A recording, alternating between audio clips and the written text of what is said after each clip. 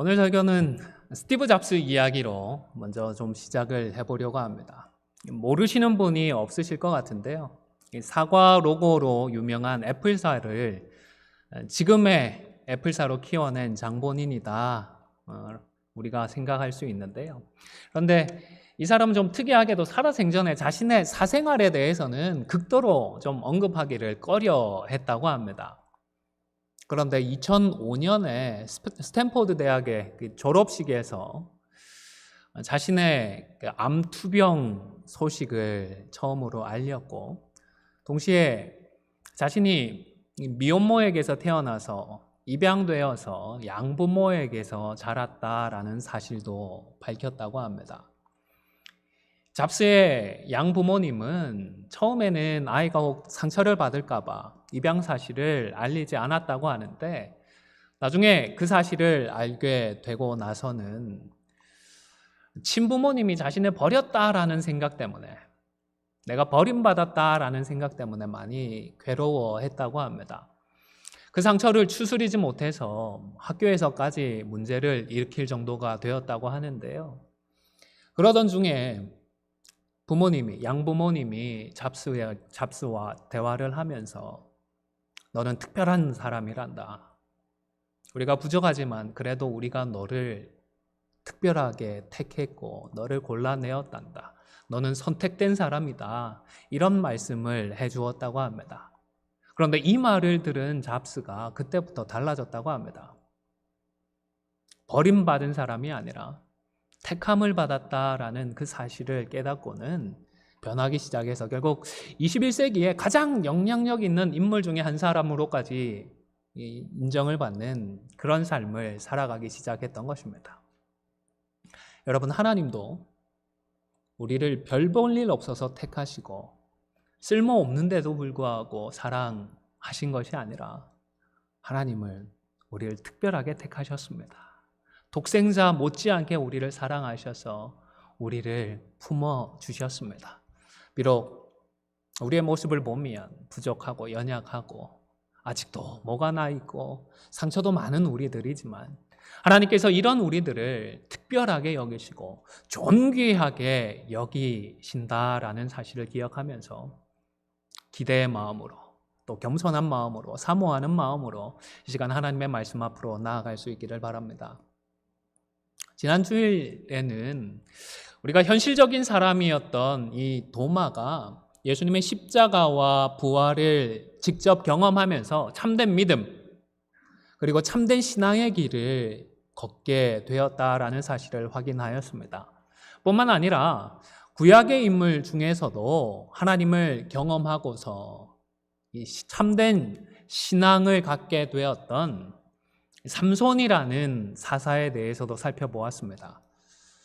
오늘 우리가 읽은 본문은 신약의 본문이지만 서로 연결된 내용으로 해서 좀 더 함께 우리 하나님의 마음을 헤아려 보고자 합니다. 여러분, 우리가 하나님을 어떤 분으로 믿고 어떤 분으로 고백하느냐 하는 이 문제는 하나님을 어떻게 부르고 또 어떤 하나님의 이름을 부르느냐와도 관계가 깊습니다. 삼손의 경우를 다시 한번 생각해 보시기를 바랍니다. 사사로 나실인으로 하나님께서 택하여 주시고 불러주셨음에도 불구하고 그는 참된 믿음의 삶을 살아가지 못했습니다. 그가 처음 하나님을 찾았던 순간을 기억해 보면 당신께서라고 해서 하나님을 단순히 2인칭 대명사로 표현했던 것을 알 수가 있습니다. 사실 그때까지 그의 삶을 보면 당신께서, 당신이라는 이 표현이 결코 친밀한 그런 깊은 관계에서 우러나는 표현은 결코 아님을 우리가 알 수 있습니다. 그저 막연하게 신적인 존재, 초월적인 존재로서 당신, 혹 당신이 정말로 있어서 이 기도를 들어준다면, 응답해 줄 수 있다면 한번 좀 이 소원을 들어주십시오 하는 그런 마음으로 하나님을 당신께서라고 표현을 한 것입니다. 여러분, 유대인들은요, 이름을 존재의 성품이나 정체성을 표현하는 것으로 생각을 했습니다. 한 책에 보니까 잘 설명을 해 주었거든요. 하나님께 놀라다라는 책에 있는 내용입니다. 하나님의 이름을 알고 쓴다는 것은 그분의 본질적인 성품과 그분의 존재의 한 부분을 이해했다는 그런 뜻이며 그분을 알아보고 이해하고 알 수 있다는 의미였다.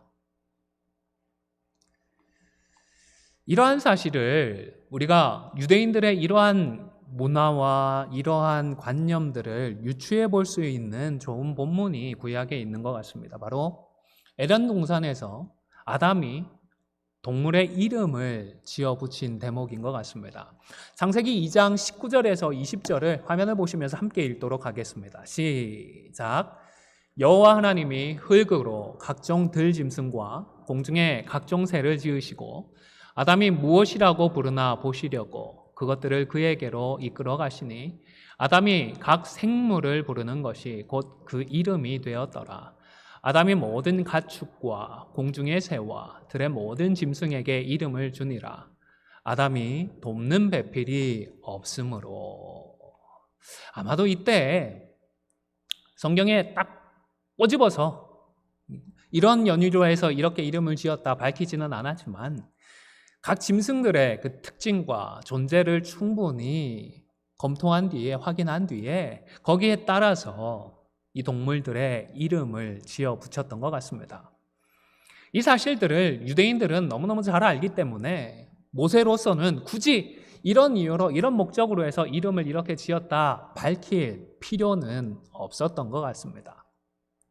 자, 그렇다면 삼손이 물을 구하면서 물을 간구하면서 하나님의 이름을 전혀 거론하지 않다는 것은 아직 삼손이 하나님을 제대로 모르고 있었고 하나님의 성품, 하나님의 존재에 대해서도 제대로 이해하지 못했으며 그리고 더 나아가서는 그리고 더 중요한 부분인데요.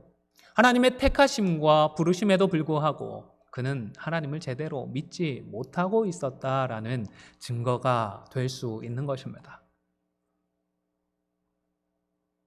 이런 삼손에게서 결국 하나님이 떠나셨습니다.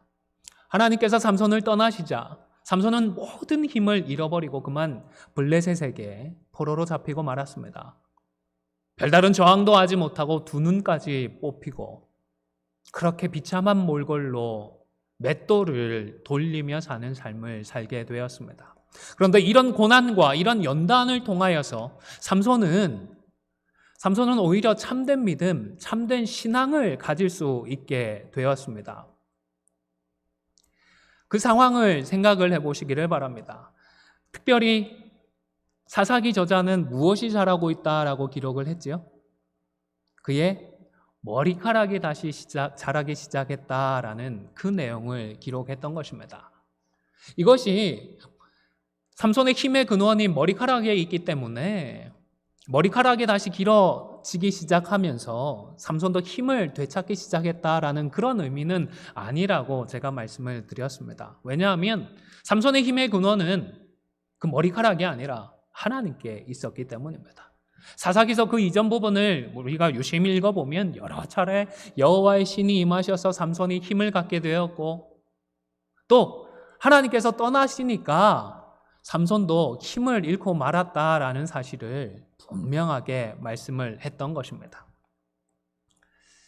그런데 삼손이 감옥에서 고통을 받고 어려움을 겪는 그 중에 드디어 자신을 돌아보고 그 믿음을 다시금 키워나가기 시작했던 것입니다.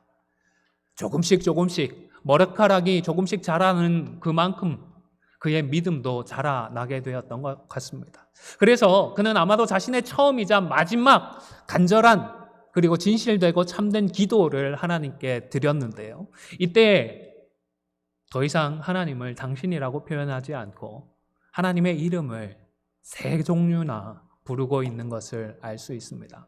삼손이 여호와께 부르짖어 이르되 주 여호와여 구하옵나니 나를 생각하옵소서. 하나님이여 구하옵나니 이번만 나를 강하게 하사 나의 두 눈을 뺀 블레셋 사람들에게 원수를 단번에 갚게 하옵소서 하고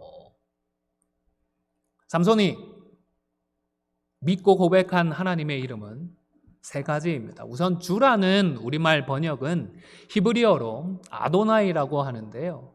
이 이름은 심판하다, 다스리다라는 그런 뜻의 단어에서 유래가 되었다고 합니다. 그래서 전능하신 통치자 혹은 전능하신 주인이라는 의미의 단어입니다.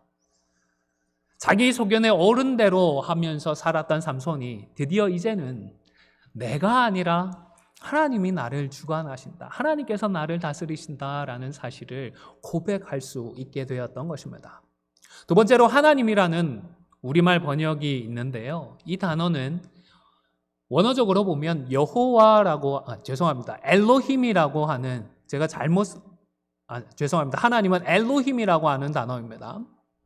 엘로힘이라는 이 단어는 하나님이 강하시고 힘이 있고 두렵고 떨리는 분으로 높임 받으시기에 합당한 분이다라는 그런 의미로 사용되는 이름이라고 합니다. 따라서 이제는 삼손이 두렵고 떨리는 하나님, 동시에 찬양과 영광을 받으시기에 합당하신 하나님으로 믿고 고백하고 있는 것을 우리가 알 수 있는 것입니다. 사실 그런데 이 아도나이나 엘로힘이라고 하는 이 단어는 유대인들의 고유한 단어는 아닙니다. 셈족, 고대 셈족에서 신적인 존재를 일반적으로 표현하는 단어였습니다. 그래서 하나님에 대한 고유한 이름이라고 하기에는 조금 부족함이 있는 것도 사실입니다.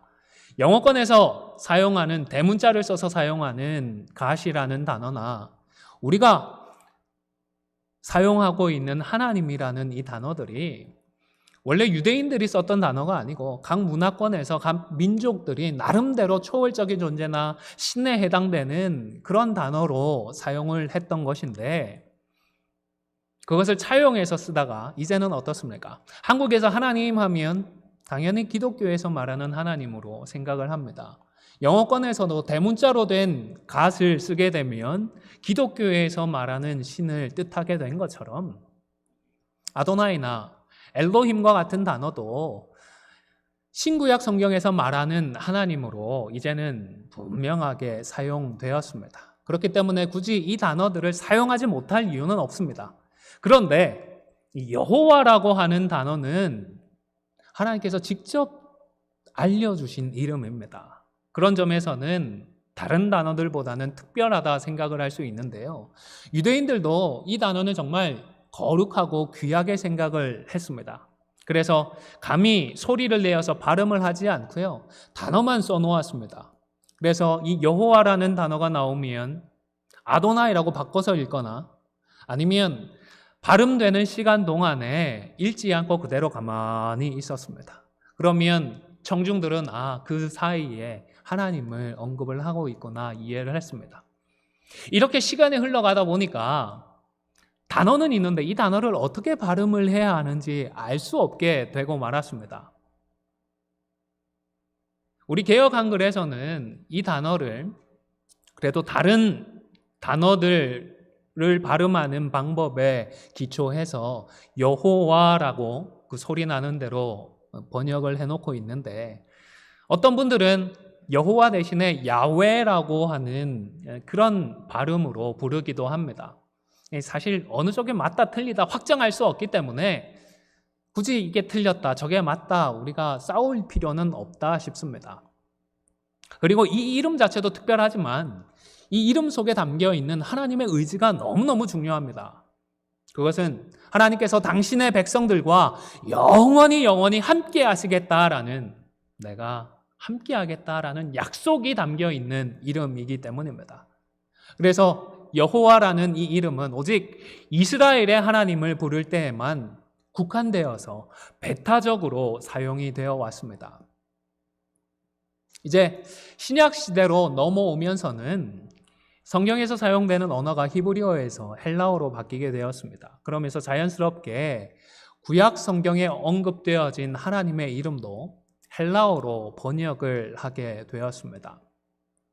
엘로힘이라는 단어는 헬라어로 신을 뜻하는 데오스라고 하는 단어로 번역을 하게 되었고, 그리고 아도나이와 여호와라는 이 이름은 우리말 성경에는 주로 번역이 되어 있는 헬라어로는 퀴리오스라고 하는 이름으로 번역을 하게 되었습니다. 지난 시간에 우리가 살펴보았던 그 도마의 경우에도 부활하신 예수님을 만나고 나서는 어떻게 고백했죠? 나의 주님이시고 나의 하나님이십니다. 사실은 삼손이 고백했던 주 하나님 여호와 그 세 명칭을 도마도 그대로 동일하게 고백하고 있다 생각을 해도 틀리지는 않을 것 같습니다. 갑자기 두 주에 걸쳐서 하나님의 이름에 대해서 왜 이렇게 장황하게 설명을 하는지 좀 궁금하실 수도 있겠는데요. 하나님의 이름과 그 의미를 바로 알고 제대로 믿고 제대로 고백하는 것은 우리 성도들에게, 하나님의 자녀된 저희들에게, 우리들에게 굉장히 중요합니다.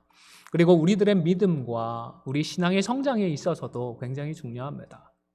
왜냐하면 하나님은 관계의 하나님이시기 때문입니다. 그리고 다른 사람이 하나님께 부여한 그런 이름이 아니라 스스로 선택한 그 이름으로 하나님의 자녀들과 관계를 맺어주시고 계속해서 교제를 이어나가고자 하시기 때문입니다. 사실 오늘날 우리들의 문화에서 이름이라고 하는 것은 부모님이나 아니면 이름을 지어주시는 분들의 바람이나 소망을 담는 그런 정도가 아닌가 싶습니다. 저희 이름 같은 경우에는 서로상자에 별성자를 쓰거든요. 아마도 집안 어른들이 이름 지으실 때에 다른 사람들과 함께 별과 같이 빛나는 사람이 되면 좋겠다, 그런 바람을 담아서 짓지 않았을까 싶습니다. 그런데 미국이나 다른 서구 문화에서는 이름을 지을 때 그나마 이런 바람조차도 별로 담겨 있지 않은 것 같습니다. 그냥 호칭일 뿐인 것 같습니다. 여러분, 감옥에 가보시지는 않았겠지만 드라마나 영화 같은 데서 보면 죄수들을 어떻게 부르죠? 이름으로 부르지 않고 죄수 번호로 부릅니다. 1, 2, 3, 4 이런 식으로 부르죠. 영어권에서는 이름이라고 하는 것이 이런 숫자와 별반 다르지 않는 것 같습니다. 이름 자체에 큰 의미가 없기 때문입니다. 그러나 유대 문화에서는 이런 서구 문화와는 달리, 그리고 심지어 우리들의 문화보다도 훨씬 더 강한 바람과 소망을 이름에 담았습니다. 유대인들은 장소의 경우에도 특별하게 사건과 연관지어서 이름을 붙입니다. 그렇죠? 구약 성경에 보면 베델이나 에베네셀이나 하는 이런 지명들은 다 관련된 사건들과 연관을 지어서 이름을 지어 붙였습니다. 사람의 이름의 경우에는 사람이 어떤 특성을 드러내는지, 어떤 존재인지, 어떤 성품인지, 또 어떤 삶을 살아가기를 원하는지 그런 바램들을 담아서 이름을 지었습니다. 그래서 예수님은 시몬의 이름도 어떻게 바꾸어서 지어주셨죠? 우리가 잘 아시는 베드로라는 이름을 주셨습니다. 요한의 경우에도 도마라는 이름만 쓰는 것이 아니라 똑같은 이름인 디두모라는 두 가지 이름을 동시에 사용하면서 이중적인 그런 모습을 보여주고자 했던 것입니다. 그리고 성경에서는요, 이뿐만 아니라 예언적인 성격까지 사용이 되었습니다. 우리 예수님의 이름이 몇 가지 있는데요. 그 중에 예수라는 이름의 뜻은 무엇이죠? 잘 아시지 않습니까? 함께 화면을 보시면서 읽도록 하겠습니다. 시작. 아들을 낳으리니 이름을 예수라 하라. 이는 그가 자기 백성을 그들의 죄에서 구원할 자이심이라 하니라. 예수라는 이름은 구세주, 구원자라는 뜻입니다. 그러니까 하나님은 예수님께서 자기 백성들을 그들의 죄에서 구원할 자로 이 땅에 오셨음을 미리 알려주시면서 그 이름을 예수라고 지으라고 하셨던 것입니다. 유대인들의 이러한 문화가 하루아침에 형성이 된 것은 아니겠지만 이런 문화의 형성 과정 속에서 하나님은 자신의 이름도 중요하게 다루셨던 것입니다. 물론 우리가 스스로 하나님을 찾아내어서 하나님을 이해할 수 있는 것은 아닙니다. 구속의 역사와 성경을 통하여서 하나님은 자신을 먼저 우리에게 알려주십니다. 그래서 이것을 조금 어려운 표현으로는 계시라는 단어로 사용을 하고 있는데, 하나님의 이 직접적인 자기 계시를 통하여서 우리는 하나님을 만나고 하나님을 알아갈 수가 있는 것입니다. 그 좋은 예가 모세의 경우인 것 같은데요. 화면을 보시면서 출애굽기 3장 12절에서 15절의 말씀을 함께 읽도록 하겠습니다. 함께 15절 말씀까지 읽도록 하겠습니다. 모세가 하나님께 이르되 내가 이스라엘 자손에게 가서 이르기를 너희의 조상의 하나님이 나를 너희에게 보내셨다 하면 그들이 내게 묻기를 그의 이름이 무엇이냐 하리니 내가 무엇이라고 그들에게 말하리이까. 하나님이 모세에게 이르시되 나는 스스로 있는 자니라. 또 이르시되 너는 이스라엘 자손에게 이같이 이르기를 스스로 있는 자가 나를 너희에게 보내셨다 하라. 하나님이 또 모세에게 이르시되 너는 이스라엘 자손에게 이같이 이르기를 너희 조상의 하나님 여호와 곧 아브라함의 하나님 이삭의 하나님 야곱의 하나님께서 나를 너희에게 보내셨다 하라. 이는 나의 영원한 이름이요 대대로 기억할 나의 칭언이라. 떨기나무에서 나타나신 하나님께 모세는 하나님의 이름을 여쭈었습니다. 그때 알려주신 이름이 바로 앞서 말씀을 드렸던 여호와라는 이 이름입니다. 앞서 제가 인용을 했던 그 책에서는 모세 당시 모세가 굉장히 익숙했을 이집트의 문화에 대해서도 소개를 하고 있는데요. 제가 잠시 알려드리겠습니다. 모세 당시의 종교적 풍조에 따르면 곡물이나 별, 나일강 등을 다스리는 많은 신과 여신이 존재했고 인간사의 모든 면이 신과 결부되어 있었다. 신들의 이름을 보면 그들이 누구며 무슨 일을 했는지 어느 정도 알 수 있었다. 신이나 여신의 이름을 알아야 자신을 위해 일해줄 신을 제대로 경배하고 그에게 제사를 바칠 수 있었다. 그래서 하나님의 이름을 여쭙는 것은 모세로서는 자연스러운 질문이었다. 나는 하나님의 응답이 너무나 마음에 든다. 하나님이 모세에게 그분의 이름을 알려주셨을 때에 그분은 마치 이렇게 말씀하시는 것 같다.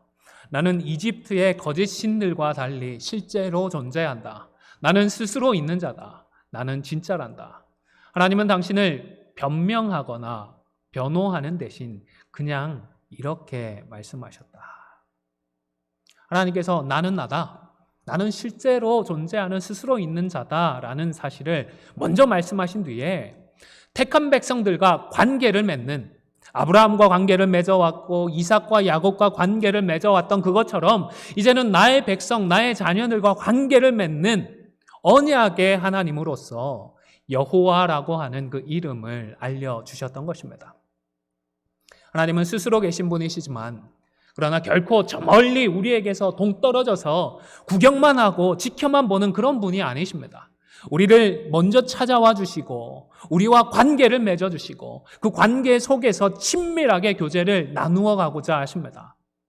말씀과 기도를 통하여서 친밀한 사귐을 누릴 수가 있는 것입니다. 그리고 이러한 교제와 사귐은 주님이 다시 오실 그때로부터 영원토록 이어지게 될 것입니다. 그런데 여러분, 신약시대로 들어오면서 예수님은 하나님을 더 특별한 단어로 표현을 하셨습니다. 주기도문에서도 그렇게 표현을 하셔서 잘 아실 텐데요. 어떤 단어죠?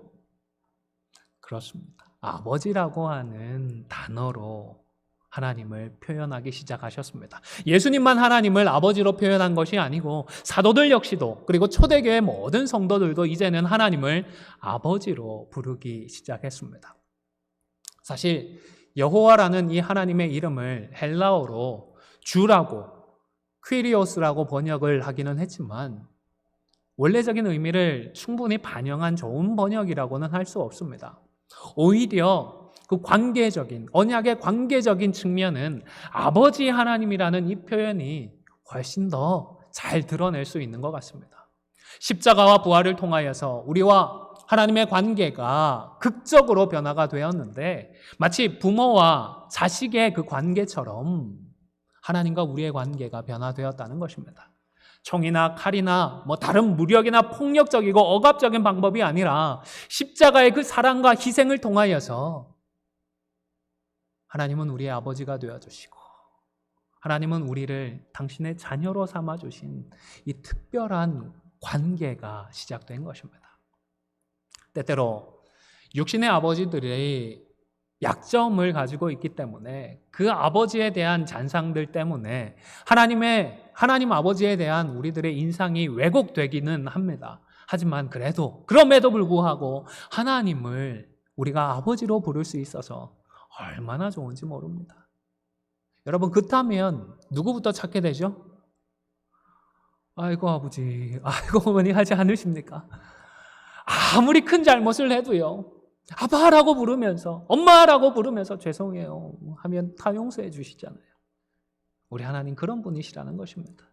언제나 크고 따뜻한 그 품 안에 아버지 하나님, 우리가 부르기만 하면, 찾기만 하면 우리를 품어주시는 것입니다.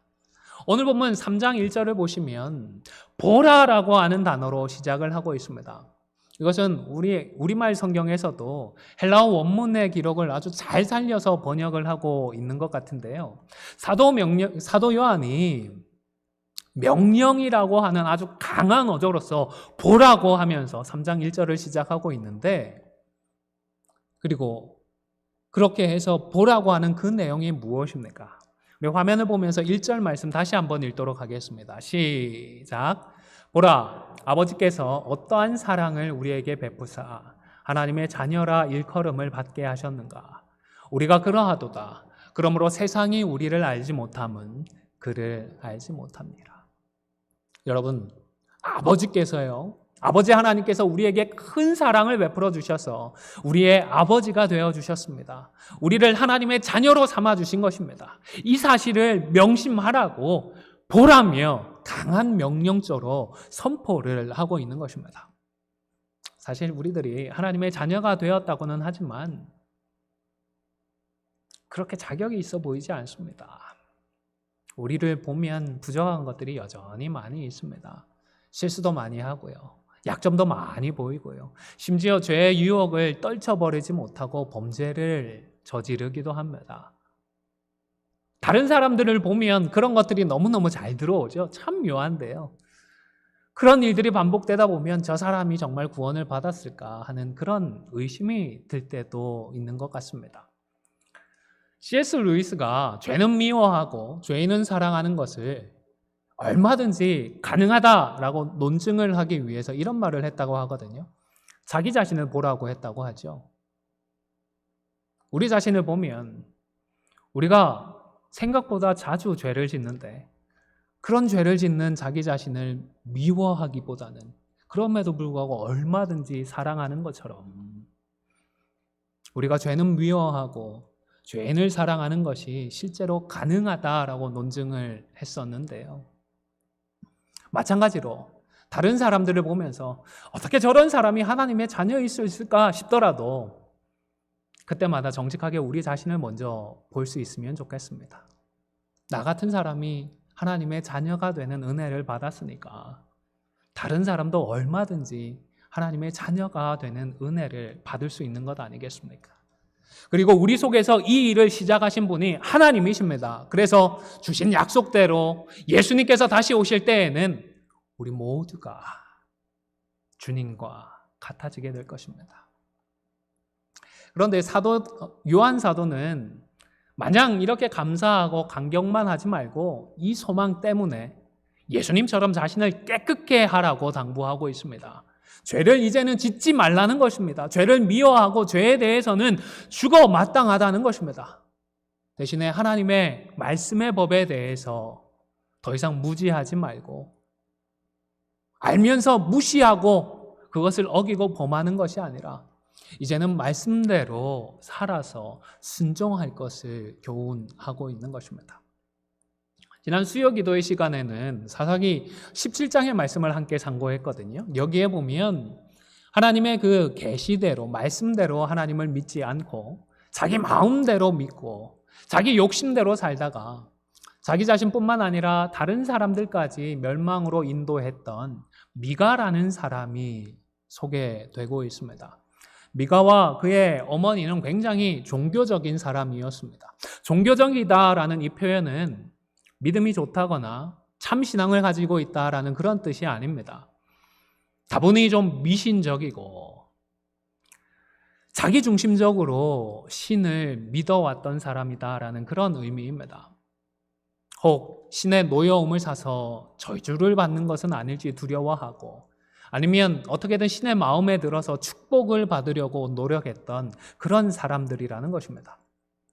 물론 사람인 이상에 이런 심리에서 누가 완전히 자유로울 수 있겠습니까마는, 하지만 하나님의 말씀을 계속해서 배우고 그 말씀을 통하여서 우리가 하나님을 알아가면 알아갈수록 우리는 변화되어지고 달라질 수가 있는 것입니다. 그것이 자연스러운 일입니다.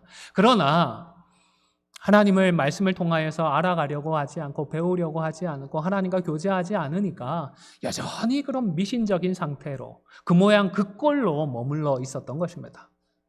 보면 면면을 보면 말은 참 좋거든요. 너무너무 말을 잘합니다. 여호와께 복받기를 원한다고 하고요. 이 은을 여호와께 거룩히 드린다. 얼마나 말을 잘하는지 모르겠습니다. 여호와께서 복 주실 줄을 아노라. 누가 들으면 뭐 거룩한 제사장이나 신령한 선지자라도 되는 줄 알겠습니다. 하지만 그 면면을 보면 어처구니가 없었습니다. 무엇보다 미가와 미가의 어머니의 마음에는 하나님이 없었기 때문입니다. 어떻게 하는 것이 하나님의 뜻이 합당한 것인지, 어떻게 해야 하나님께서 기뻐할 것인지 그런 생각이 그들 속에는 없었습니다. 그저 어떻게 하면 저주를 피할까, 어떻게 하면 복을 받을까, 그런 생각으로만 가득 찼던 것입니다. 물론 한때 유혹을 받아서 도둑질을 했고 화가 나서 그냥 한바탕 도둑을 향하여서 저주를 했더라도 잘못을 뉘우치고 회개하고 돌이키면 우리 하나님은 다 용서해 주십니다. 삼손도 그랬고 도마도 그러했던 것입니다. 그런데 이 두 사람은요, 그러지를 않았습니다. 하나님의 성소가 실로에 있었습니다. 아주 가까이 있었습니다. 지척에 있었습니다. 잘못을 깨닫고 하나님과의 문제를, 관계를 해결하려고 했다면 얼마든지 그 성소를 찾아가서 속죄 제사만 드리면 되었을 것입니다. 그런데 하나님께서 이미 주셨던 그 말씀들을 몰랐는지 알고도 무시를 해버린 것인지 그들은 거들떠보지도 않았습니다. 대신에 했던 일이 무엇인가 하면 그 은으로 신상을 만들었습니다. 하나님께서 십계명으로 정해놓으신 그 금령들을 정확하게 어겨가면서 여호와께 거룩하게 드린다라는 이런 황당한 표현까지 떠벌렸던 것입니다. 자기들 마음대로 제사장에 오신 에봇을 만들어 미신적으로 숭배하고자 했고, 심지어 드라빔이라고 해서 일종의 그 고대 근동에서 가족신으로 숨기던 우상까지 만들어내서 그들 집에 두었습니다. 자기 마음대로 레위 지파도 아니면서 아들을 제사장으로 삼았습니다. 하나님께서 미워하시는 이런 일들을 자행하면서도 하나님의 복을 추구하고 있었던 것입니다. 더군다나 그들 미가의 집에는 이미 신당이 있었다라고 했습니다. 수요일 시간에 말씀도 드렸지만 신당이라는 이 번역은 성경을 읽는 독자들의 오해하거나 충격받을 소지를 좀 줄이기 위한 우리말의 그런 번역인 것 같습니다. 히브리어 원어로 보면 신당이 아니고요, 하나님의 집이라는 표현입니다. 성소라는 표현입니다. 아무나 이런 표현을 쓸 수 없는 것은 아니지만 문제는요, 돈이 좀 있다고 자기 집안의 마음대로 뭔가를 세워놓고서는 그것이 하나님께서 임하시는 하나님의 집이다라고 선언을 해버렸다는 것입니다. 하나님께서 정말 그러기를 원하시는지, 하나님께서 정말 임하실지, 하나님께서 기뻐하실지는 생각하지도 않고 그저 그렇게 하면 되겠다 싶어서 그렇게 하면 복이 되겠지라고 생각을 하면서 자기 마음대로 하나님의 뜻과는 상관없는 일을 저지르고 있었던 것입니다. 여호와의 신앙을 미가는 사유화하고 있었고 자신의 입맛대로 마음대로 변형을 시켜가고 있었던 것입니다. 그러면서도 하나님을 위한 일을, 선한 일을 하고 있는 척, 경건하고 거룩한 삶을 살아가고 있는 척 가증스러운 삶을 살고 있었던 것입니다. 결국 이것은 개인적인 차원으로만 끝나지 않았습니다. 단 지파가 이 일에 동참을 하게 되었습니다. 여러분, 성경에 언급되는 12지파는요, 언급되는 본문에 따라서 조금 지파가 달라집니다. 다음에 기회가 되면 살펴보겠지만 요한계시록에서도 12지파가 거론이 되는데요. 거기에는 단 지파의 이름이 빠져 있습니다. 왜일까요? 사랑하는 성도 여러분, 우리도 미가처럼 될 수 있습니다. 우리라고 그 본성이 다른 것이 아니기 때문입니다. 항상 우리의 아버지 하나님께서 어떠한 사랑을 우리에게 베풀어 주셨는지를 잊지 말고 기억하십시오. 십자가와 부활의 그 사랑과 그 은혜를 기억하고서 말씀과 기도로 우리를 깨끗하게 지켜 나아갈 수 있기를 바랍니다. 혹 실수해도요, 여러분 괜찮습니다. 독생자를 내어주실 정도로 하나님께서 우리를 사랑하시는데요. 다만 고집 피우지 말고 바로 돌이키고 말씀이 우리에게 말씀해 주시면 다윗처럼 그 자리에서 통회 자복하고 회개하고 돌아오면 되는 것입니다. 서두에서 언급했던 스티브 잡스를 다시 한번 생각해 보시기를 바랍니다. 친부모에게 버림을 받았지만 그럼에도 불구하고 양부모님에게 특별하게 선택을 받았다라는 사실을 가슴에 새기게 되면서 그의 삶은 변화가 될 수 있었습니다. 물론 그도 약점이 많은 사람이었고 실수도 많이 했고 남들에게도 상처를 많이 주었을 것입니다. 하지만 못지않게 또 좋은 영향들도 남길 수가 있었던 것입니다. 우리를 창조하신 하나님은 우리가 죄를 좀 지었다고 우리를 거부하고 저버리지만은 않으셨습니다. 주권적으로 택하여 주시고 예수님의 십자가와 그 부활을 통하여서 우리를 자녀 삼아 주셨습니다. 십자가와 부활을 통하여서 우리의 주, 우리의 하나님, 우리의 여호와가 되어 주셨습니다. 무엇보다 우리의 아버지 하나님이 되어 주셔서 우리와 함께 하고자 하십니다. 그리고 영원토록 우리의 아버지로서 우리와 함께 하고자 하시는 것입니다. 자기 소견에 옳은 대로 믿어서 자신과 다른 사람들까지 수월의 길로 기울게 만들었던 그 미가를 반면교사로 삼을 수 있기를 바랍니다. 다소간의 부족함은 있지만 그래도 알려주시는 그 계시대로 마침내 믿고 순종할 수 있었던 삼손과 도마처럼 아버지 하나님의 자기 계시인 이 성경 말씀에 따라서 아버지 하나님을 믿고 그 이름을 부르며 그리고 교제하면서 우리 자신을 깨끗하게 지켜나아갈 수 있는 우리 모두가 되시기를 주님의 이름으로 간절히 축원을 드립니다.